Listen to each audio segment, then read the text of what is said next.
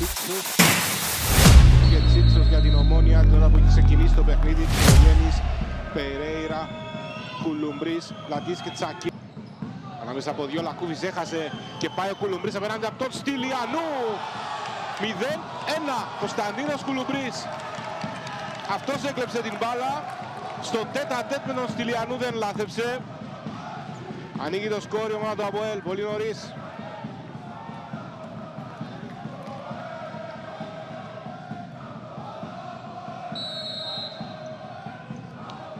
Εδώ η φάση. Παγίδα που έστησαν Πλατής και Κουλουμπρής στον Λακούφι. Πίεσαν. Ο Κουλουμπρής έκλεψε και απέναντι από τον Στυλιανού κάνε το 0-1. Σάβα πέρασε. Είναι πλάγια. Το γύρισμα Φιλίππου 1-1. Πολύ καλή ενέργεια από τον Σάβα.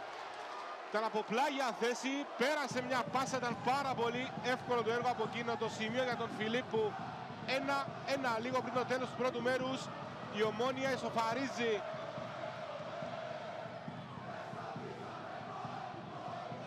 Εδώ είναι ο Σάβα. Και εδώ η ενέργεια του πέρασε από τον Τσακίδη. Απίθανη ενέργεια. Και το γύρισμα. Χώρο. Πάσα για Σκαμπίλη και αυτός Χριστοδούλου. Ο Σάβα! 2-1. Αυτή τη φορά δεν θα λαθεύσει ο Σάβα. Γιατί από αυτόν ήρθε και το 1-1. Εδώ η πάσα του Χριστοδούλου.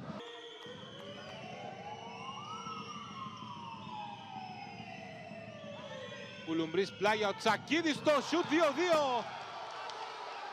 Τα καταφέρνει αυτήν τη φορά το ΑΠΟΕΛ να ισοφαρίσει με τον Τσακίδη. Βρέθηκε σε πλέον εκτική θέση, δεν μπορούσε να λαθέψει από εκείνο το σημείο. 2-2.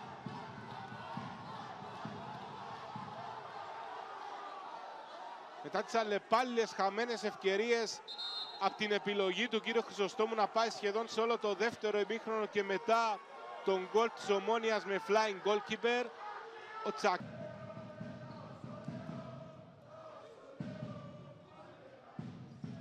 Δημητρίου η προσποίηση πέρασε και έκανε και το σούτ το ΑΠΟΕΛ 3-2. Κουλουμπρής. Φοβερή κίνηση του Δημητρίου που ουσιαστικά έδωσε έτοιμο γκολ στον Κουλουμπρή. Το ΑΠΟΕΛ προηγείται 1-4 για το φινάλε.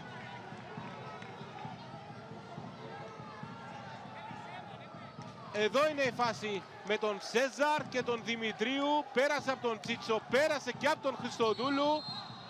Και εκεί που στέλνει την μπάλα απλώς χρειάζεται μια επαφή του Κουλουμπρή για να πάει στα δίχτυα. Το ρίξιμο του Στυλιανού, ο Χοροζιάν, τέλος, πολύ μεγάλη νίκη για το ΑΠΟΕΛ.